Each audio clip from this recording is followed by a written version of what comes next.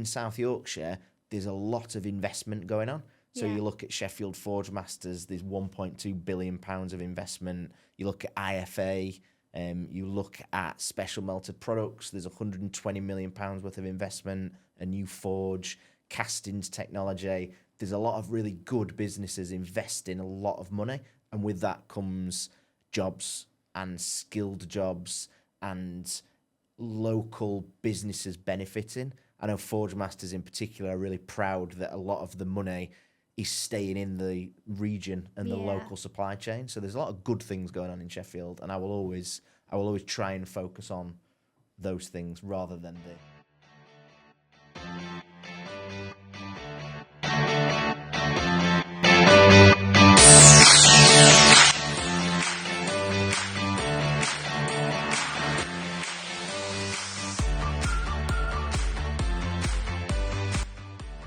Hello, and thanks for tuning in to the Yorkshire Business Podcast. We feature bright and brilliant businesses from across Yorkshire, and I've got a really, really exciting guest on the podcast today. This morning, we're going to be talking to Pete Shillito. Pete is the founder of Shillito Executive Search and Adept Resourcing. He is also the South Yorkshire Chair of the Institute of Directors. This is a really, really varied episode where we talk about recruitment, we talk about the business and entrepreneurial landscape in Sheffield and across South Yorkshire. We talk about investment into manufacturing and engineering in the region. And we also get into some pretty tasty conversations around pies, surprisingly, and specifically gluten-free pies. So if you're interested in that, do stay tuned. I'm Chloe, I'm the founder of OneSource HR, and I'm the host of the Yorkshire Business Podcast. I reckon most people who listen to this are going to be familiar with you, Pete, because you wear two hats, don't you? Mm-hmm. Both as a business owner and as the South Yorkshire Institute of Directors Chair. Mm-hmm. And aside from that, you are a dad to a duck-obsessed prolific head butter. Absolutely. If you know, you know. And, you know, you're always putting out great content on LinkedIn, which is really funny. Tell us a bit more about these two roles and how they kind of inform each other. Well, I suppose, what puts ducks on the table is recruitment. So, again, it's meeting people and connecting people. And I think the Institute of Directors role combines quite well with that, because a lot of what we're doing with the IOD is connecting people together, putting on events, and just putting good people together that might either need a bit of advice or wants to know somebody or help with some part of the business. And I think both roles work quite well because it is all about connecting people, really, which I quite enjoy. Yeah. And how long have you been in recruitment? Is it something that you wanted to do or something that you fell into? Obviously, despite looking like I'm in my early 20s, I've done it for about 20 years. And I don't think anybody really wakes up in the morning and dreams of being a recruiter. Mm-hmm. I think like most other people, I fell into it, and somebody rang me up one day and said, have you ever considered recruitment? And fell into it that way. Yeah. And then you fall into it so deep you can't get out. Yeah. So I fell in and that deep about 10 years ago, I think. Okay, so no plans to get out? No, not in the immediate future. I don't think it'll let me. It's like the mafia in that sense, I think. Nice. So, and how did that evolve into becoming the local chair for the IOD? Did you fall into that as well? That was more so when I was with my previous business. The owner of the business then suggested it was something worth doing. He got a lot of value from it and the people there. So I approached them, the local IOD branch at that time, to talk to them about joining. Everybody was really welcoming, and it was really like a good environment to join. And I was speaking to the chair at the time, who was Victoria Clark-Brown, about maybe becoming an ambassador. And it was Vic, really, who said the chair role, her tenure was coming to an end. Had I considered that? So really, it was Vic who kind of encouraged me and, said it's something she thinks I would be quite good at and give it a go, really. And that's how it came about. Yeah, no, nice one. Yeah, and I would agree. I think you're quite good at it, quite good at connecting people and getting people in the right rooms. And some of the events that you've put on, they have been really informative and really championed the region as well. And it's been a wide variety of different events. You know, I can only speak for the last kind of 12 months, but Gripple tour, that was amazing. And then we did the Sheffield Theatres tour, which I reckon I'd love to just spend a bit more time in that massive room with all their outfits, a bit like TK Maxx on Red Bull, isn't it, in there? Absolutely, yeah. It's a nice little room, that. Yeah, no, it's good. So, you know, back to recruitment. I obviously, throughout my career, have worked quite closely with recruiters. Mm-hmm. It's not something I love to do. It's something I love to outsource. Mm-hmm. In fact, I think trying to find mechanical engineers post-Brexit and post-COVID probably gave me a little bit of PTSD for recruitment. So it's absolutely something I love to outsource. But I think a lot of recruiters do get a bit of a bad rep. Mm-hmm. But I would love to know, what is it that makes you and your business different and stand out? Because you have got a good reputation in our region. Well, firstly, good. Thanks. That's good to hear. I think a lot of recruitment businesses will say we are different, and this is why. I think it's more about, we're very person-led, relationship-led. We don't really want to work with businesses we don't meet, you know, and we want to be out meeting people because it's about relationships, really. Yeah. Some of the people that I deal with now, I might have known for 10 years, longer. It's about relationships, and it not just, well, we don't make quick decisions for short-term, you know, a small bit of money. You know, we want long-term relationships, and a lot is doing what you say you're going to do. If you say you're going to ring someone on a Friday, ring them on a Friday. You'll stand out from 50% of your competition, and it's just kind of just being there, being open. And if things go wrong, which they do, in any sort of profession, and for every recruiter, something will go wrong, and it's holding your hands up and saying, right, that's not gone as we'd like, but how are we going to fix it? Yeah. And not kind of running away, I think. Yeah. You touched on sort of two different things there that I'd like to draw in on.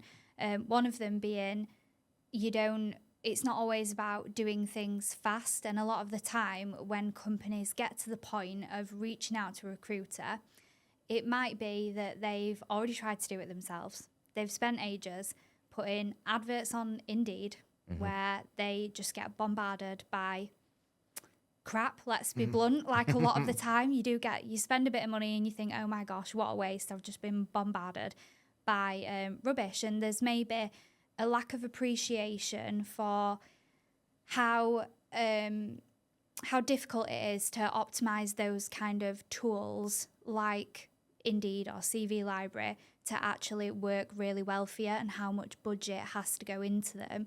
So by the time they come to a recruiter, they're perhaps frustrated and they want CVs yesterday. So I guess the question is, can you do it right and do it fast? Or is it a case of getting it right and it's not always fast?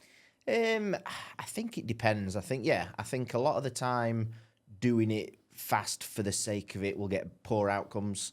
And, you know, if somebody goes to 5 recruiters, you know, they're going to get CVs slung at them. They're going to get, you know, as quick as possible because it's a race. If you can afford to invest a bit of time in a recruitment process with one recruiter, you know, whether that's us or not, obviously I prefer it to be us, but any recruiter, spend a bit of time with them, you're going to get a better service. Sometimes it can be fast, and it can, you know, if you're good at recruitment, and there's in South Yorkshire, there are a lot of really good recruiters who will be able to find people very quickly. And sometimes it makes it look like it's easy. But that recruiter, what the other side they might not see is that recruiter can recommend a candidate because they might have met them a decade ago, seen them at the business, recruited for them, placed them somewhere, met them 5-10 times. So then it looks easy at the end because they say, yeah, I've got the perfect person. And it's not necessarily easy. Just you don't see that 10 years worth of relationship that's gone in. So it can be easy. It can be quick, sometimes. But I would say if you can spend a bit of time, you're going to get better outcomes with recruitment. Absolutely. So aside for helping other businesses find employees, you're an employer yourself. What's your favourite part about being an employer? None of it. No.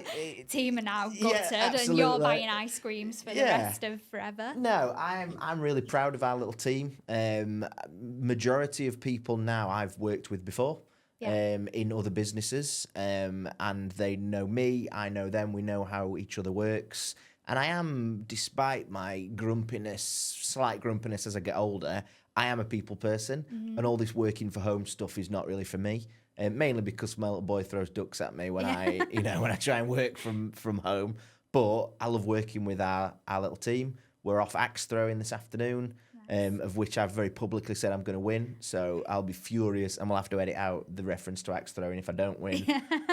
But it's the team. It's a good bunch of people and everyone's striving towards the same goal. And I enjoy being around. I enjoy being around the people that who are all working together. So for me, it's still the people, and it's a good bunch of people we've got. Absolutely. Yeah. No. Awesome. As an owner of a small business, what is the most difficult part for you in employing people? Everyone needs paying, like all the time, and relentlessly. And I think that's it. It's definitely tough. It's not an easy market in general. And sometimes anyone owning part of a small business will be kept up at night by cash flow, by wages, by companies that don't pay the debts. You can do a perfectly good job, companies happy, candidates happy, and then your invoice still isn't paid, and you spend weeks chasing it, which is not, credit control. I've done a lot of credit control at this business and my previous business. It's not my favourite job in the world. So the new government policy of helping SMEs with late payments, I think, will be great. Because it's a nightmare at times, absolutely. Yeah. No stranger than folk, especially these folk that need paying, and then these folk that don't bloody pay on time. Exactly, and it's the kind of incredulous response. What, you need paying for work you've done? Oh, yes, please. Yeah. And that was one thing that when I was internal HR, I was always really upfront about, look, there is no point me signing a contract that says 14-day payment terms, because it is not going to happen. And it's not because the business doesn't have the cash, it's because an invoice just won't make it through the system quick enough. And unfortunately, sometimes that is how it is. But I think being honest up front sets you in much better stead than setting false expectations around anything, including payment. I think for a small business, it's just knowing when you're going to be paid. So I would rather somebody say, you know what, it's going to be 6.5 weeks, but this is the date that you'll be paid. You can plan around that rather than just not knowing and just kind of spending your time chasing it. So it's definitely stability and structure of payments for small businesses, I think, is key. Super important. I agree. So let's hope that there is some good support around late payments, which sort of ties into the next thing that I wanted to talk about, really. So we've mentioned that some recruiters can get a bit of a bad rep, and I've seen several debates now of what would this profession look like if it was to become more regulated. Now, say that recruitment was regulated like law or like medicine, what would change? I think there would be 50% less recruiters, and the ones who were left would be able to charge more money. Just 50. I'm being honest. Being maybe generous with it, but I think there's no. And I will always try and go out of my way to emphasise what I think we do well, rather than criticising people in recruitment because it's a tough business. I've got a lot of really good friends in different recruitment businesses, and it is difficult. However, there is no bar to getting into recruitment. You could stumble off the street, put a tie on, some shiny shoes, and you've got a job in recruitment. So when I got into it nearly 20 years ago, the business I started for, you had to have a degree to get in. I'm not saying that's necessary, but yeah, some kind of bar to getting into recruitment, because like I say, you could stumble off the street, start ringing people. There's no formal training. There's nothing specific. I think the first business I joined, I was there for 2 years, and the grounding I got in terms of how you should do things and training was really good. Yeah. And I think it's proper training for how to do recruitment the right way rather than sometimes the easy way, I think would be great. But yeah. I'd welcome more regulation in recruitment. But the more difficult recruitment gets, the more people will leave anyway, as we're seeing at the moment. But yeah, regulation would help the people that kind of do it correctly be able to charge more money, more than anything else, I would say. No, absolutely. And I think when we talk about being regulated, it's not from a place of like saying, there's a lot of bad people out there doing rubbish things. I think from my perspective, having worked internally and dealt with a lot of different recruiters, it's from a perspective of having a good level of ethical practice and then a good awareness that in a lot of SMEs, they don't have anybody internal working in HR. So they might be more reliant on their recruiter to ensure that they are being compliant with things, like, has this person got the right to work to accept this job? Has this person got any restrictive covenants that we need to be aware of? Is the job advert that this agency has written for me compliant with equal opportunities and what we'd expect? So I think just some, like you were saying, basic understanding of principles of how to do it right, and they're not necessarily things that are changing fast. They're just some simple compliance pieces. Yeah, but I think that comes from the higher up people within recruitment as well. If you're a young recruiter, you will in a lot of places be KPI to death. You'll have to ring a set amount of people, you have to get a set amount of CVs out the door, and that leads to poor practice because people get desperate and people will fling CVs places without the permission and just ring relentlessly for the sake of it. And I get it. It's mainly people flogging AI, automated text messages and whatnot, but I get bombarded, so I understand that people don't want a lot of phone calls from recruiters, but people will be KPI'd to within an inch of their life at times, so it's pressure from above that forces people into poorer practices, I think. Yeah, no, I agree. And I agree with you on that point as well of being absolutely bombarded by the selling of AI support. Even people that I've had one the other day, like, oh, we've got AI robots that will ring potential clients for you and book appointments. And I'm thinking, right, that's the first experience that anybody's going to have with my business. Yeah. Why would I want them to talk to a robot? And I think if we bring that back to recruitment, what's your client base's appetite like for AI? Like, are any of them wanting to have like AI interviews or? No.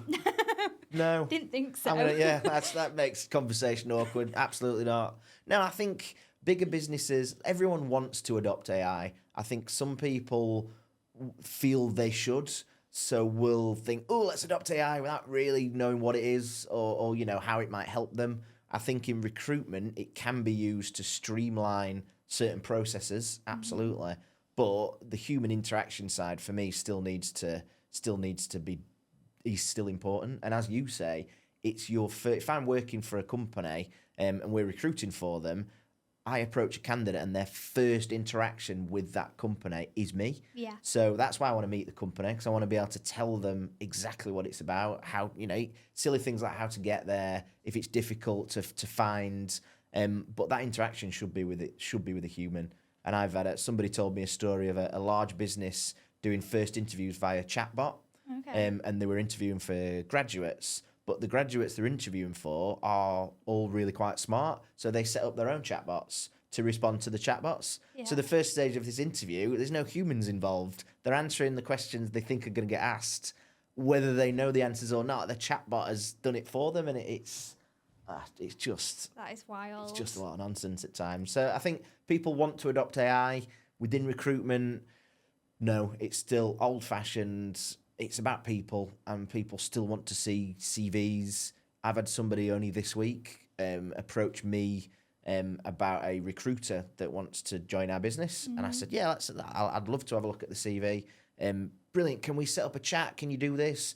I was like, yeah, after I've seen the CV, yeah, let's organise a chat. And it's been silenced since then. So I'm assuming this person exists. Yeah. But, it's still, for me as someone who may employ people, I still want to see a CV. Yeah. And I still like things the old-fashioned way. And a lot of people we deal with, there's not as much AI involved in our side of the business, I would say, that people see anyway. Yeah. No, I'd agree with you. Like AI, it's got a lot of advantages for businesses to streamline certain processes, but when it comes to recruitment and some other relevant people processes as well, is it the right thing? I think where we're seeing a big swing towards more AI, there is more of a demand for the human interaction and human element of stuff as well.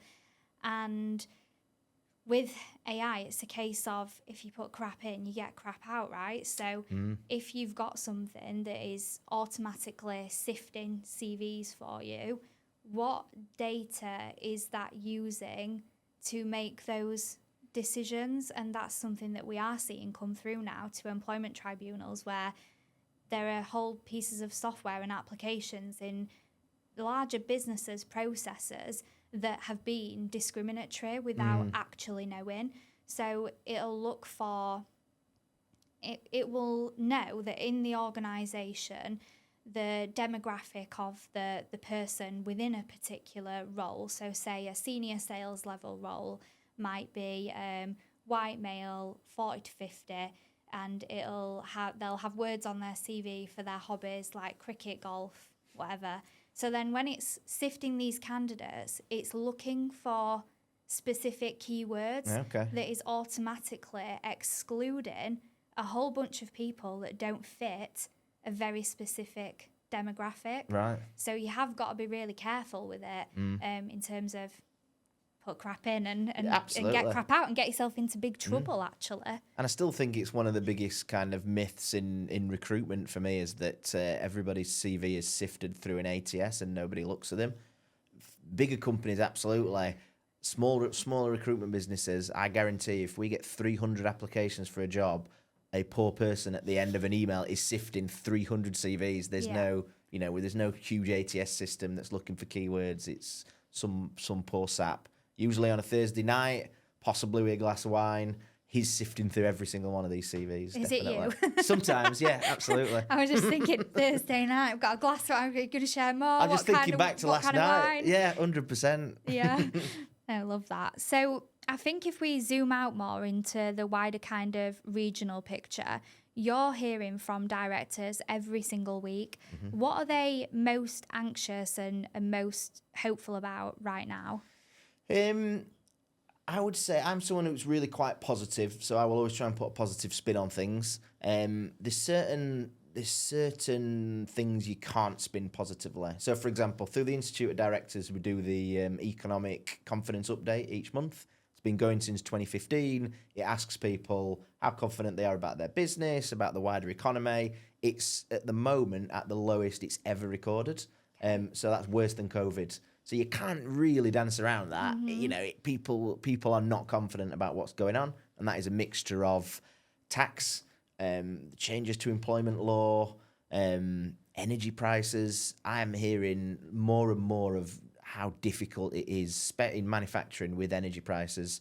We pay the highest energy price across Europe, so it's a huge issue, especially for energy intensive manufacturing, steel manufacturers. Yeah. The prices, the cost is eye watering. Yeah. But putting my positive head on, in South Yorkshire, there's a lot of investment going on. So you look at Sheffield Forgemasters, there's £1.2 billion of investment. You look at IFA, you look at special melted products, there's £120 million worth of investment, a new forge, castings technology. There's a lot of really good businesses investing a lot of money.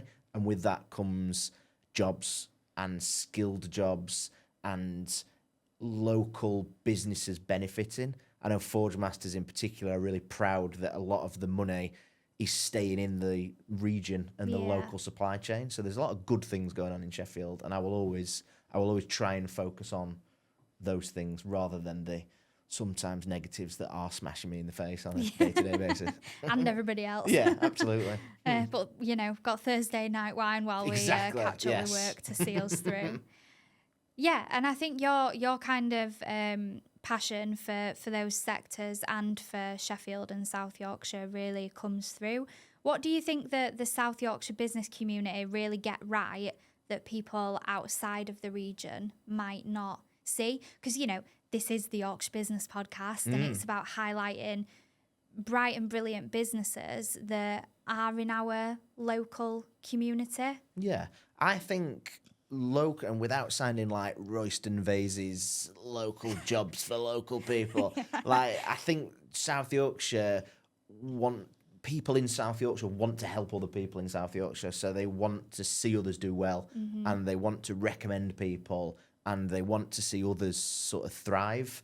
There's a lot of good going on. When I speak to people, I often reference, I think it was an unlimited business event where somebody talked about investment coming into South Yorkshire being in direct correlation with the good news coming out of it. Okay. So, for example, the MOBO Awards being in Sheffield, Gladiators filmed at the Arena, those different businesses that I mentioned have all got investment. The more we shout about stuff like that, the more people will want to invest in the area. And I think we are not as good at shouting about it as we can be. But the people I encounter and through the networking events and through the Institute of Directors, they're just so keen for other people to do well as well. And it's wanting others to be successful. And I think people do that very well here. And recommendations to others. I do a lot of work with people who are recommended from other people I've met because we've had a good conversation. They want to see me do well. I want to see them do well. And there's nothing I like better than seeing somebody that I know and I've met a few times celebrating some kind of success. Unless they're in recruitment and they've stolen business from me, then they can get lost. No, that is very true, and I think I've felt that especially in Sheffield. Actually, like it's a really good business community where you can connect with people and they all want to see each other do really well. And even where you have got people where you might think, oh, they're a competitor, but actually it's super, super collaborative. So, an example of that, me and Sue Bancroft. So Sue is the founder of Lime Hub HR, and we walked into the Sheffield Chamber of Commerce, a breakfast networking event. It was my second one. It was her first one. We'd both recently gone freelance, and we bumped into each other, and we both could have thought, oh shit, you know what I mean? Two people trying to launch a similar business at the same time, networking with the same people. But actually what that's grown into, because we're both really collaborative people that want to see everybody thrive, all businesses in the region, is a good business partnership, but a good friendship actually as well. And, she is somebody I'd call a friend now. And I guess you've experienced that as well. Oh, 100%. I regularly meet with people in recruitment that I've either worked with before, we've worked together at some point, or I've just come across.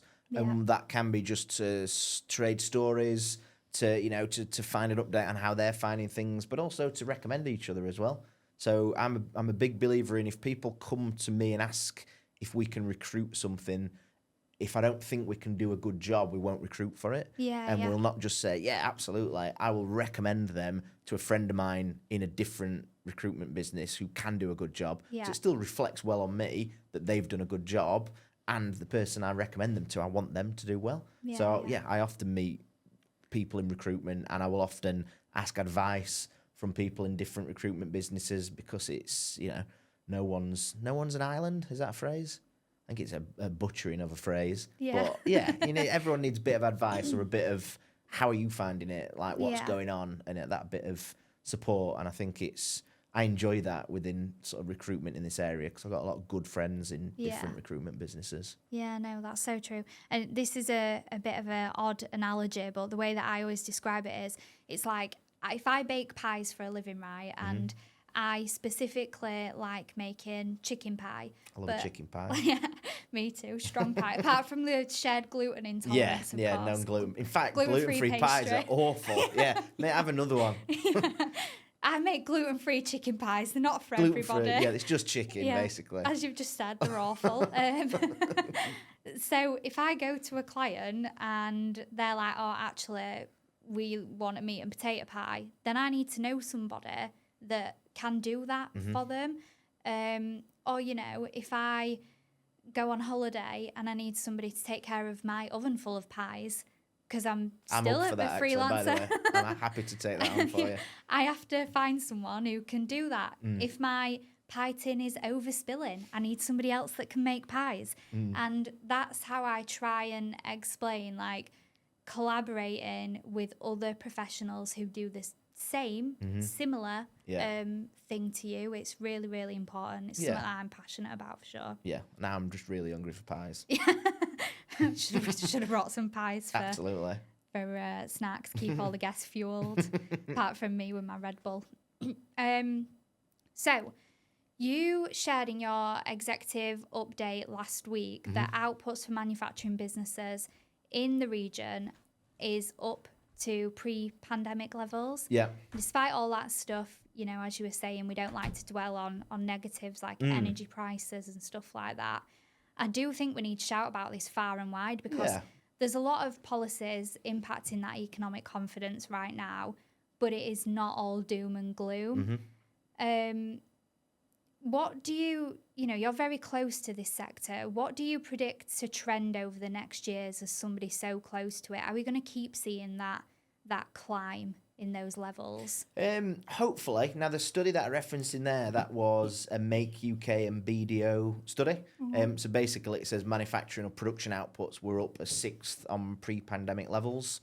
And I think in this region, they also highlighted... it accounts for 13% of the output of the entire region, and it accounts for 10% of the employment, so something like 300,000 people. Wow.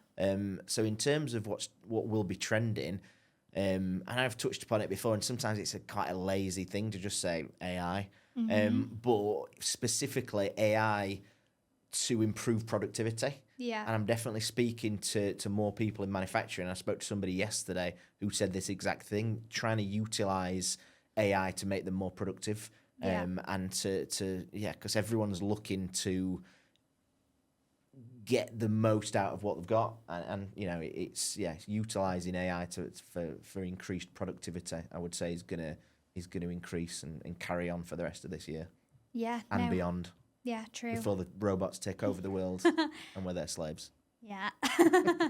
Hopefully not. And on that note, I guess we'd ask people to keep their eyes peeled on that point, because we've got a event coming up in October, haven't we? Yeah. Both of us in collaboration with Clear Quality. Yes. It's not specifically going to be centred around AI, but bit of a wider piece around sort of cybersecurity, operational technology. And I think AI is used as a bit of a all-encompassing word at the moment, but there's lots that sits under that can help businesses become more efficient, more productive, and especially in certain sectors that are really prominent within our region. So just to sort of wrap up now, as both a business owner and our regional IOD chair, how do you hope both your business and businesses in the region generally evolve in the next sort of 3 years? I hope to see more of a push towards relationships, and I think so, particularly in recruitment. I can only really speak for recruitment because that's all I've particularly worked in, other than estate agency for a while, because I tried to get all the really unpopular jobs out of the way in one career. More of that relationship-led recruitment for me is a big thing for our industry, because I think it's absolutely key, and I think you will get better people in better positions if you know your recruiter, hug your recruiter, like hug a hoodie, which I think was a David Cameron thing. Only hug people if they are huggers. If they specifically request and give permission. Don't just hug people willy-nilly. But I think, probably controversially, the people that have the worst relationships with recruitment agencies will be the people that put the least amount of effort into it themselves. They'll deal with every agency under the sun. They'll hammer them down on rates. They're rude to people. They don't want to speak. They don't want to bring them down to the site. Just send me some CVs and shut up. Those people will have terrible experiences of recruiters. Those that kind of embrace them a little bit, not metaphorically embrace them, will have a better experience, and I hope for more of that over the next few years. And I hope for South Yorkshire to keep shouting about the good things that we do. We'll not always get the help from local press in general. We've got to do it ourselves. So we need to shout about Sheffield Forgemasters. That's brilliant for this area. We need to shout about BAE Systems opening the factory here, Boeing having their only factory in Europe, being in this area, the new forges coming up, the new investment with the IFAs, with the castings, with the special melted products. This is money coming into this area. It's jobs, it's skilled jobs, and it's only good for the area. So the more we shout about it, hopefully, the more people will continue to invest, and the better it will be for all of us, because my duck-obsessed, headbutting small child is going to be growing up in this area as well, and I want it to be a very prosperous place for him to grow up. Otherwise, he's going to have to get rich as a podcaster, and we'll all emigrate off to somewhere sunny for me to sit in the shade as a ginger person. And eat gluten-free pies. Gluten-free pies, yeah. Nice. So, last question. What are you going to teach him next? So at the moment, we are working on the exploding fist bump, which I'm very excited about.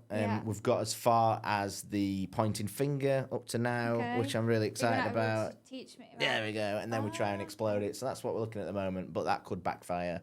And it could be, I could teach him to punch people. I think that the way it goes, that's how it could be. But that'll be next. Yeah. So maybe you're actually raising an MMA fighter or a wrestler or possibly, a boxer. But his dad's shoulder dislocates if somebody sneezes heavily. So hopefully he's not inherited my shoulders or my bad knee.